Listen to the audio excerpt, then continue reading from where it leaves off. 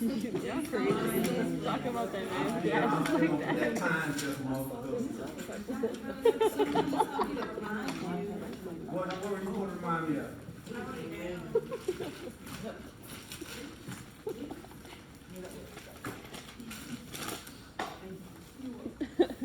What was it? Oh, okay. Hey, y'all still need a racer again, huh?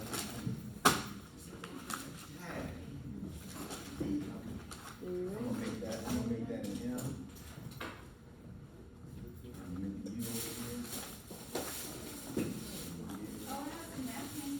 May I have a couple?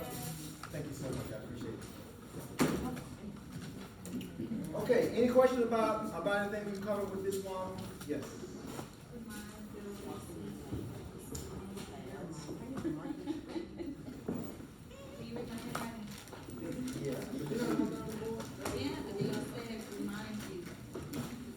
Oh, well, I'm not right at the end, I kind of rushed it in. That's probably. Okay, so I was just reminded, one of the last things we talked about, that I thought would help you with your laboratory assignment for this week. We talked about C steady state max, C steady state min, and then right at the end, I squeezed in this average steady state concentration. I said it was equal to the dose, A0, this dose here, over V times KEL times time, okay? So that's the average steady state concentration. And this can be expressed a couple of different ways. V times KL times time, okay? So V times KL for an IV bolus dose, that's clearance. So I don't know if I showed you all the different ways this thing can come at us. So dose over, this could also be dose. Again, now this A0 is this dose right here, the IV bolus dose. But we're giving multiple IV bolus doses in this one, okay? So V times KEL is the same thing as clearance. So we can express that also as clearance total times time. Right? Yes, John? You said that this one is the dose. The dose is where you said C, the first one you said, and again the A0 is the dose. A0 is the same as the dose. And what about this one? What about what? C. This is the average steady state concentration. Does it? But you said it's the dose. Okay, you said that. You said the dose. A0 is the dose. It's the Remember, dose. That one here. I'm giving repetitive doses, okay? It's this dose right here. That one is clear. Yeah, this is just dose over V times KL times time. The dose is the same as this, okay? So forgive me for expressing it a different way. This is A0, the IV dose, okay? But I'm giving it every 4 hours, every 6 hours, every 8 hours, whatever, okay? So steady state can be expressed this way, and then there's one other way I see. What's, John, since you and I were dialoguing, what's A0 would be in this model? That's the concentration. Which concentration? The one that is in the model. No, I mean, but more specifically than that. What's the dose over the normal distribution for one compartment IV bolus dose?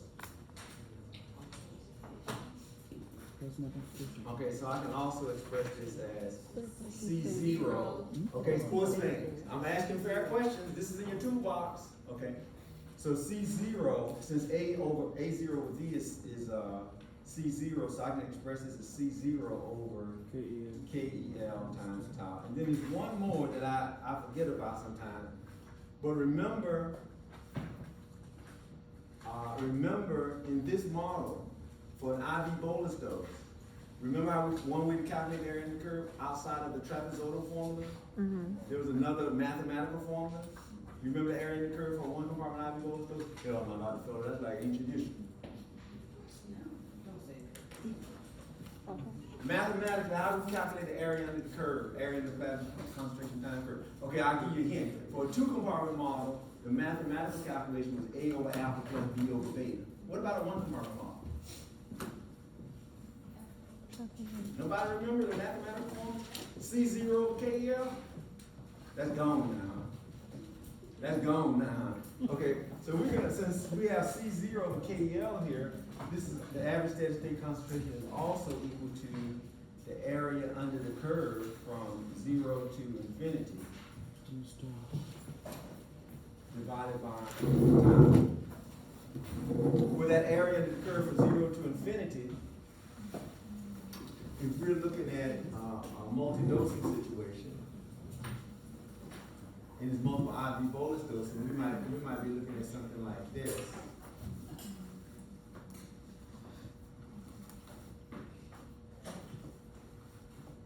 And then we'll reach a steady state at some point in time, okay? So the area under the curve from 0 to infinity that we're talking about is either the area under the curve after the first dose, C0 divided by KL.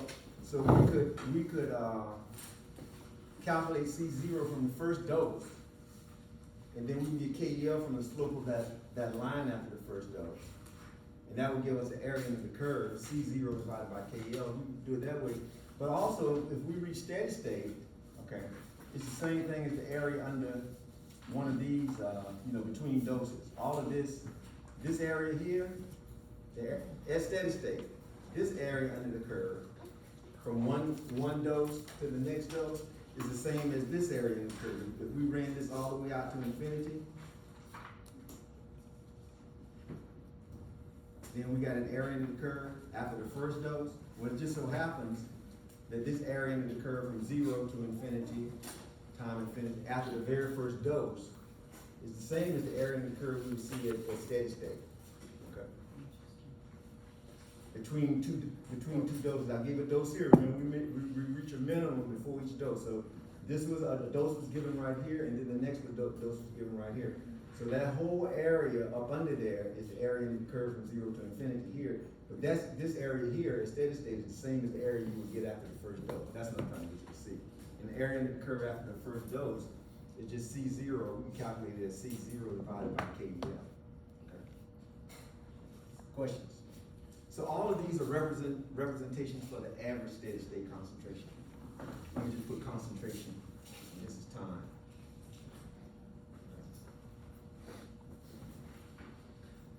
Questions? Okay. So this average steady state concentration is not a maximum. We know that these peaks here are maximum, and these troughs are minimums. A lot of times you'll hear these referred to as peaks and trough. TROUGH as a minimum steady state concentration. So if you hear that language as it pertains to drug levels, somebody say the trough levels. You're talking about C steady state mean levels. If you hear that, trough. Trough. GH. I think I'm spelling that right. Somebody check that for me. Like the low point, trough? Yeah. Okay. That's the same thing as a C steady state min value. And if you hear the term peak, that's the same thing as C steady state max concentration. Peaks and troughs. Steady state now. This value here would not be considered a trough value. This would not be considered a peak value. Okay, so we talk about peaks and troughs, we generally are talking about steady state concentration. We okay with that? Okay, so the only other things I want to talk about today to wrap this up, and I'll leave this on the board, I want to talk about accumulation, drug accumulation with multiple dosing.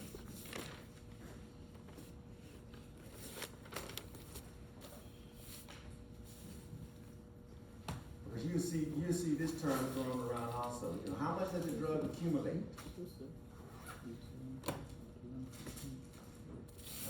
Accumulation. So accumulation is just an expression of, when I give this first dose, you know that intercept right here is C0. So that's C0. So accumulation is basically, when I give the first dose, by the time I reach C steady state max, how much more drug do I have in the body, or how much higher is this C steady state max value? C steady state max. What's the ratio? This is a good one. What's the ratio of C steady state max to the initial concentration? That's accumulation. Accumulation, okay. So if if the drug accumulated 5-fold, that means that C steady state max will be 5 times higher than the initial concentration.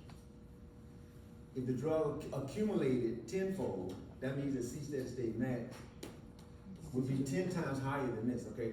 So this accumulation ratio, I'm gonna call it R for the accumulation, can be expressed mathematically, just like I described it. It's just simply equal to C steady state max over the C steady state, not C steady state, but the C1 max value. Remember we said, but the maximum concentration after the first dose is the same thing as C0. Okay. So this is the same thing as, I'm just gonna write it out for us right now. The maximum, I'm gonna call it C max after the first dose, which is the same thing as C steady state max over C0. I'm just writing it this way to remind you, okay? That this maximum concentration after the first dose is the same thing as C0 for an IV bolus dose, okay? And if we do the math, if you substitute, this is good enough right here to get you where you want to go. But remember we said the C steady state max, I'm texting my memory now. I think C steady state max was equal to A0 over V times 1 minus E to the power negative KEL times tau. Check your notes. I'm thinking that's what that, and I showed you how to get it. It's the same thing as C0 over 1 minus E to the power negative KEL times tau. For C steady state max. And then C0, okay, is just A0 over V. Okay. So if I do, do my math or whatever the case may be, this R, I'm gonna say therefore, we can also express R as being equal to 1 over, if we do the math here, this should come out to be 1 over 1 minus E to the power negative KEL times T. In other words, does everybody see what I just did? If I factor out or divide by A0 over V, then I'm going to be left with this right here. That's what I'm trying to get you to see. This could be, hold on a moment, Jeanette. Okay, so this could be useful because even before I start the dosing regimen, if I have an idea of the half-life of the drug, the KEL value from the half-life, okay? Or I know what you're gonna say, the T, right? Thank you, Daniel. When you raise your hand up, I saw a big T in there. And I appreciate that. That should be tau, right? Okay. So I screwed that up. That should be KEL times tau. And Daniel was about to point that out to me. KEL times tau. Not T, but tau. Okay. Yes, Janae. You answered my question. What, about the T and the tau? You were gonna say that? Yeah.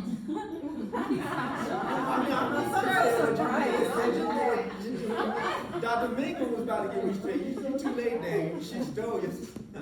Thank you, okay? Right. So I want you to see that, okay?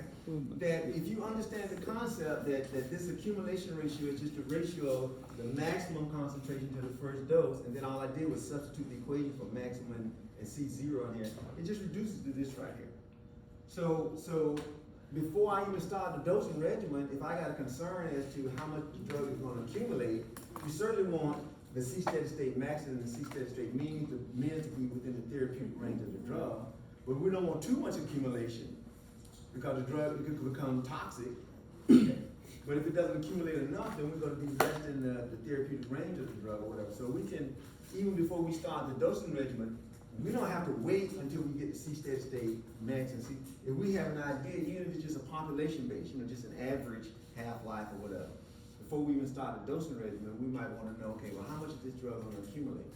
Based on me dosing it, let's say every 6 hours, and some assume half-life, some assume KEL value. Maybe I don't know the KEL in that patient, but I can go to the literature and see for a given drug, what's the average half-life of that drug. Okay, and just substitute that in here to get an idea of how much that drug is going to accumulate during this dosing regimen. Are we okay with that concept? That's drug accumulation. Okay. As it pertains to multiple dosing.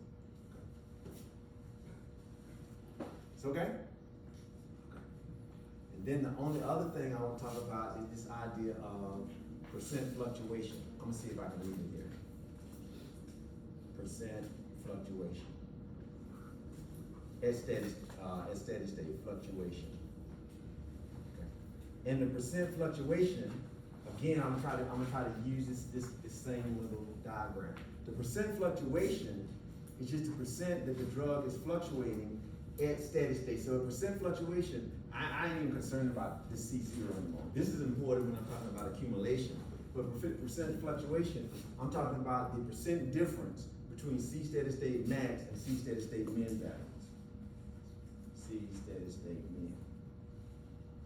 So I can express percent fluctuation as C steady state max minus C steady state min over C steady state max times 100. That's the percent fluctuation. So let's just say just for chuckles, let's just say that the C steady state max is equal to 20 milligrams per liter. And let's say C steady state min is equal to 10 milligrams per liter.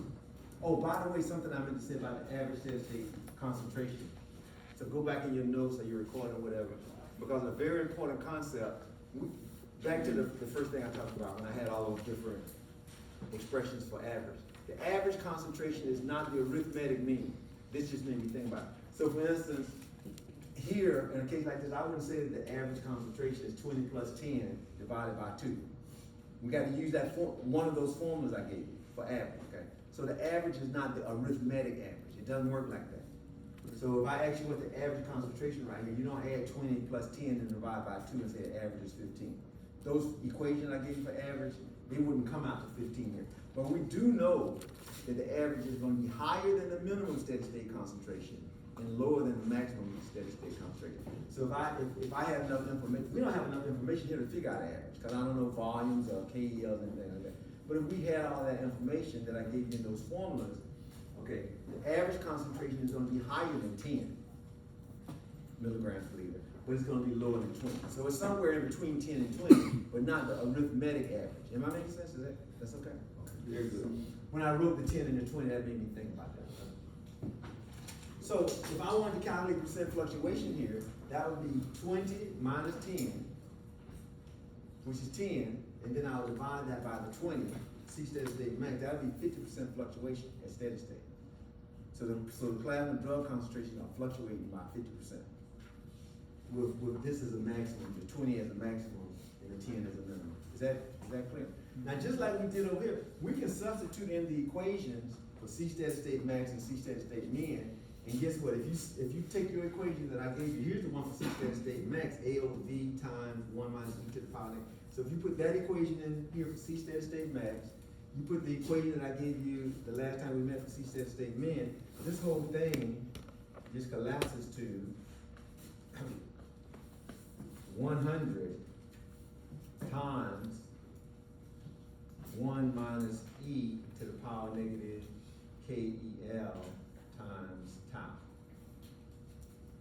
That's what you would get out of it. If you substituted the equation for C steady state max and C steady state min in here, it would, and do the cancellation, it's kind of like what we did over here, this is what you would be left with.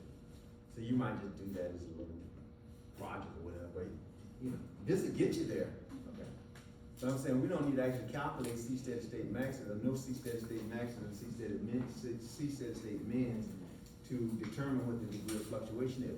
Now, this degree of fluctuation, a percent of fluctuation at steady state, that can be important too for drugs like, say, phenytoin. Where phenytoin actually has a therapeutic range of approximately 10 to 20 milligrams per liter, so that's kind of why I chose it. So with a drug like phenytoin, usually you want to control that person's seizures or whatever, and the steady state concentration would usually be somewhere in here, okay?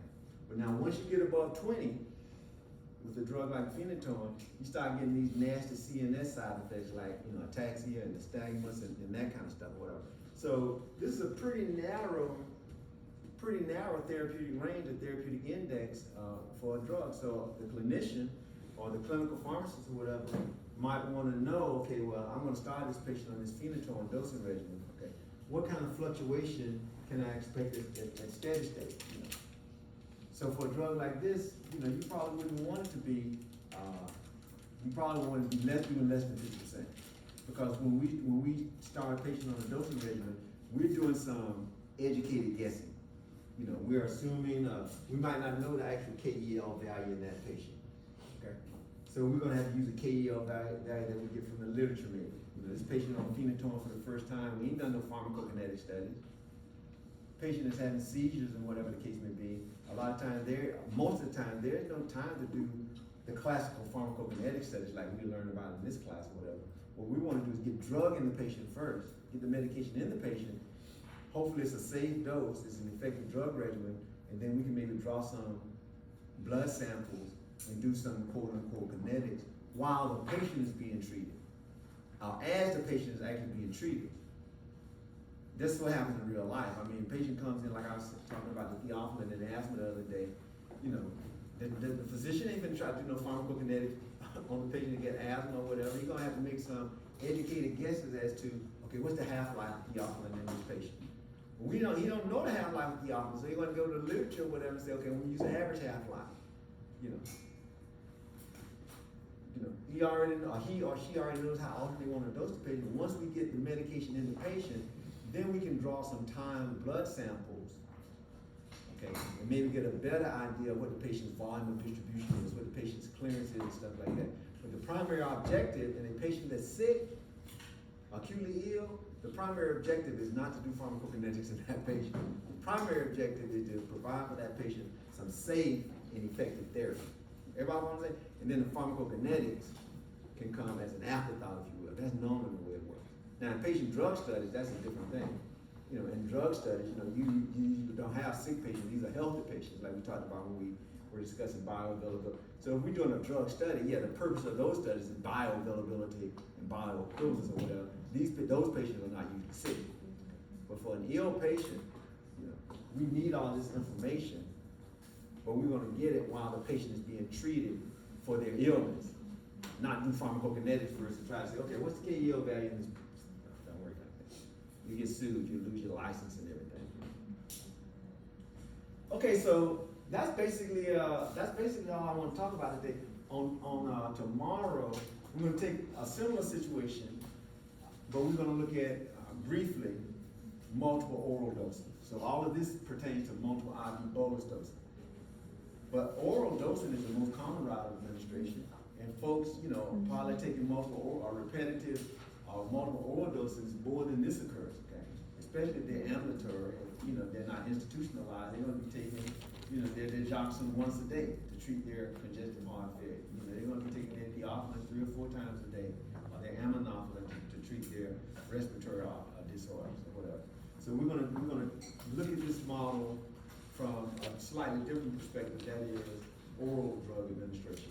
So it'll be, you know, some equations that they're going to be a little bit bulkier even in these equations, but I still want you to know a little bit about multiple oral dosing. And then that'll be it for multiple dosing. On Friday, we'll start talking about subject in preparation for next week's laboratory. So that's my game plan. Question on this? Yes, ma'am. Do you mind if I ask you a question? So my question is, what's the You didn't let me answer whether I minded or not. You said you mind it right, Quentin. You just went right in a question, you know. I know. You just assumed that I wasn't on my mind. I'm sorry. No, I'm just teasing. Go ahead. What's your question? How do you know when to use C steady state max over just using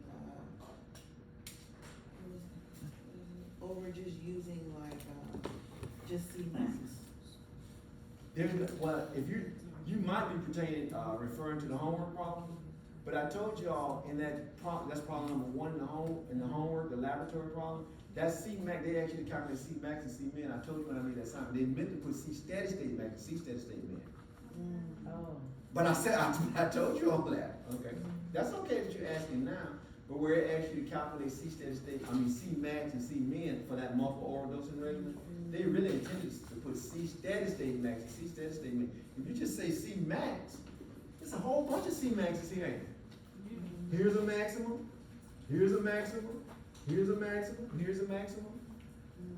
So they could ask for like C-max after a certain dose, but we know how to calculate that now. So they said C-max after the second dose, bang, TSU's finally gonna do that. If they said C-max after the third dose, they're talking about right here, you could do that, I give you the, but just to say C-max, we don't have no meaning.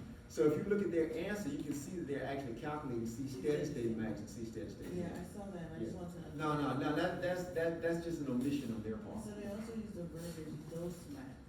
So why do you think they use that? So I don't know, that's the same problem? Mhm. I'm trying to, dose, what They is it? said that, dose max and, C steady state max is like the same, and I was wondering. No, they're not. What page is that on? I don't believe that. It's here, 246, I don't think they said it was the same, I think they were trying to use it to get the. 227. See how it is being asked? No, I wanna see the question. Okay. They're, It's, yeah, it's on page, 227? yeah, and then so it's showing like, 227? Yeah, that's the page I was showing you. Yeah, but you showing me the answer. You showing me the answer, I wanna see the question. oh, That'll it's help on me. 225. I wanna see the question, 225. 225? Yes, sir. Is that, which question is it? Number one. Number one? I just want to understand the verbiage. So look, I saw, she just showed me, said something about dose max. I don't know what a dose max is. Now, you can read in the textbook, but you have everything in your notes that you need to answer the question, all the questions in number one. Just recognize that. I told you, sometimes the book, the way they solve the problem, whatever the case may be, you would actually have to go in the chapter and see what they're calling a dose max. Let me see it again. Well, they might be talking about a loading dose, but you don't need that for this. Let me see. Okay, but where's their solution? The first, what you showed me first. I'm trying to see if I can make some sense out of it. One. Okay, sports fan. What I do see where they're using that dose max, where they're saying C max, they're using the same equation that I gave you guys for, I think I see what it is. That dose max is really a loading dose, which I didn't talk about that. Let me throw that. That's a loading dose. This is what they, in problem number one. We got a few minutes. In problem number one, I don't like the way they're showing it, the way they're doing it. But this is something I did intend to cover, and I forgot about it. Loading dose. So a loading dose for this model, the multiple IV bolus dosing, a loading dose is just the dose that's gonna quickly take you to steady state again, just like with infusion. But the concentration I want to reach with a loading dose is C steady state max.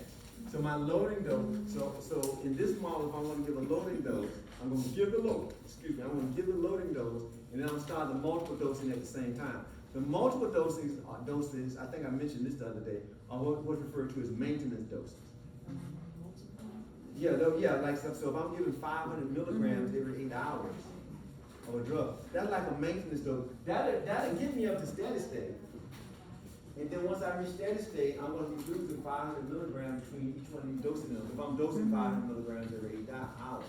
So when you're, filling a prescription, or you see a prescription and it says, hey, you're gonna take this antibiotic 500 milligrams every 6 hours, every 8 hours.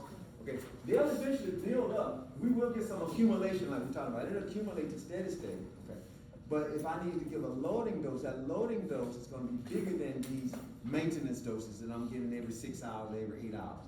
And in this model, a so-called loading dose, it can be calculated as, I'm going to call it LD, okay? And that's just equal to, it's equal to the amount of drug that would be in the body at C steady state max. Which, if you look at this model, that would just be C steady state max times the volume of distribution would be a loading dose. C steady state max times the volume of distribution would be the loading dose. If I gave C steady state max times the volume, that would be the amount of drug, that would be the amount of drug when I'm at C steady state max, okay? So a loading dose is just equal to A0, where A0 is the maintenance dose that I'm giving every so often. Okay. I'm glad this came up. And it's just gonna be over V times 1 minus E to the power negative KEL times tau. I didn't do that right. What's wrong with this equation? I wrote this wrong. I got one thing in it that's wrong. I know it's wrong, just based on units. This loading dose is gonna be an amount, like so many milligrams, whatever the case may be. Huh? No volume. That volume shouldn't be there. Very good, Dan. I want you to see, I made a mistake right here, okay? Yeah, the volume shouldn't be there, because this is gonna come out to be some kind of concentration now. Because 1 minus e to the power negative KL times tau is not gonna have any units. So this is gonna have units of mass over volume, whatever. That's gonna be a concentration. This don't belong there. That's a loading dose.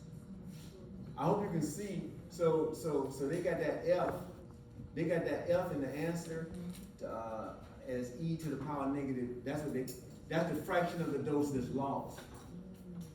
That's what they're calling F. That's the fraction lost. So they're saying 1 minus F. They're calling e to the power negative KL times tau. They're calling that F. That's the fraction that's lost during that dosing. Does that make sense what I'm saying? Okay. Don't get hung up on that. What I want you to see is what they're calling, I think, D max. You know, in the textbook, D max. Is it D or just dose max? What is it saying? D max? That's the loading dose, okay? That's the loading dose. And you will see that equation they use is the equation for the loading dose. They got 50, which they're given every so many hours, over 1 minus e to the power negative KL. That's a loading dose. The loading dose, let me just say this and I'm gonna let you finish. The loading dose is bigger, just like with the infusion, the loading dose is gonna be bigger than the maintenance dose.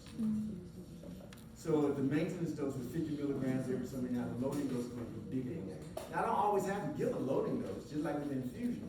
The physician might opt to give a loading dose, he might not. It might depend on the severity of the illness that's being treated. You know, patient comes in with congestive heart failure and ankles all swollen up and they're about to die or whatever, they take their last step. The physician might say, yeah, we definitely need to give a loading dose of digoxin.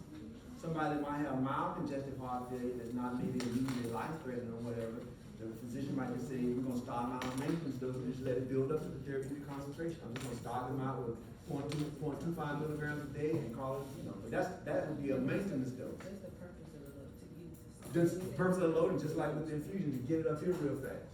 Yeah. And so, then it started asking about, like, once you get these answers, give a dosing regimen. So how do you go about that? Because even in PT. A loading, a dose, for our purposes, a dosing regimen has 3 components. But for our purpose, we just mostly deal with 2 in kinetics.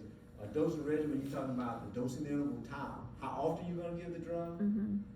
What the dose is gonna be, and what the dosage form is gonna be. Those are the 3 main components of a dosing regimen. When I say dosage form, you know, somebody got to make a decision whether we're gonna give this drug as a tablet or a capsule, as a solution or a capsule. Okay? Because a lot of medication, you know, come in different formulations, okay? But for kinetics, and you know, we're gonna be primarily dealing with the things, and that's all we have control over. We don't have no control over the volume of distribution or the clearance, anything. We got control over the dosage formulation, the dosing interval, whether we want to dose every 6 hours, every 8 hours, every 12 hours. Okay. And what does that say? And the dose administered. You know, what kind of dose we want to give? We want to give 500 milligrams every 8 hours, which would be 500 milligrams every 8 hours. That's 3 times 500. That's 1,500 milligrams, you know, per day total. Okay, but we could give 1,500 milligrams per day. Let me come up with something other than 500 milligrams, because we want to give it. Well, we could give, if the dosing formulation came in 750 milligrams, we could give 700 milligrams, 750 milligrams twice a day. Wouldn't that be the same daily dose? 700 milligrams every 12 hours versus 500 milligrams every 8 hours. We got control over that. Now, those are 2 dosage regimens. 750 every 12 hours versus 500 milligrams every 8 hours. Both of them give the same average steady state concentration. If, you know, we knew the KEL value and both of those give the same average concentration, but they're gonna give totally different C steady state max and C steady state min values. Okay, so you don't have to give me the answer, I just wanna understand what the question is asking. So it says, if you were to find that the theophylline is available to you in 225 milligram capsules, what dosage regimen would you recommend? Is it what you were trying to say? Yeah, because we can do all these fancy calculations all we want to. So in this course, I think when Dr. Capers come in, he's gonna make you give clinically relevant answers. But if I calculate, you know, that I'm gonna I need to give this drug 420 milligrams every 6 hours. That's what I calculate with all these fancy 420. What if it ain't no 420 milligram dosage formulation? There's a good chance it's probably gonna be a 40. So now you gotta make a decision, okay? You might have something that comes in 300 milligram tablets and 100 milligram tablets. So that means, well, maybe I can get away with 400 milligrams every. But then if you do 400 milligrams, you calculate it 420.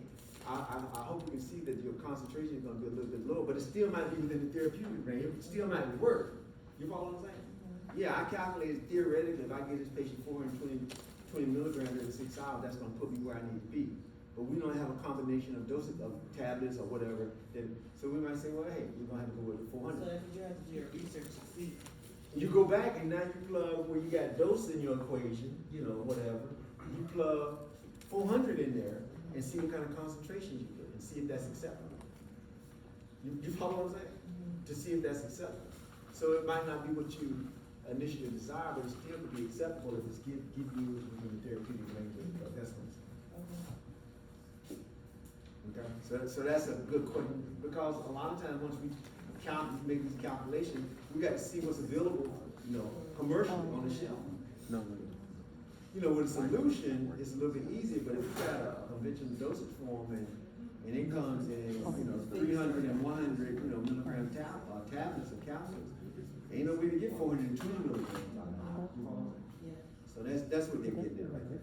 So then you're just gonna choose a combination of what's available that's gonna get you closest to where you wanna be. That's the idea. Figure that out. So most of the time, you might have to do your research to see if it does fall in between that therapy range. It's impossible for you to know off the top of your head. No, yeah, you gotta do the you're exactly right. When you getting ready to come up with a dosage regimen, okay, yeah, you're gonna do the research even before you do the calculations. You know, yeah, so the question on the floor is, you know, about these therapeutic ranges and stuff. That's what Goodman and Gilman and all these resources that you use in therapeutics about. Nobody, now for your testing in therapeutics, they probably want you to know therapeutic ranges and stuff. You probably got to memorize that stuff for life. But in real life, huh? And they want us to know those. Yeah, right. But in real life, nobody gonna memorize all that stuff. I'm talking about, you know, I mean, drugs coming out all the time, you know, new drugs and new uses for the same drugs. Like I was telling you about minoxidil, you know. So now, I mean, in real life, you ought to have a foundation for the dosage range of a lot of drugs, but a lot you're gonna get. And for a practitioner, that's not cheating. That's not cheating to go and see what the dosage range of a drug is, or what the dose of a drug is. That ain't cheating. I'm talking about for real. They might be cheating right now, you know. But no, that's why when you go in the pharmacy, and a lot of y'all, you know, do your what IPPs and that kind of stuff. That's why they got all that research material there, you know, facts and comparison and drug facts and all. That's why those reference sources are there in the pharmacy. That's why they're there. So the pharmacists can look up, you know, some of this kind of stuff we talked about. That's why they're there. Anything else? Okay, I'll see you guys, some of you all this afternoon, the rest I'll see you tomorrow.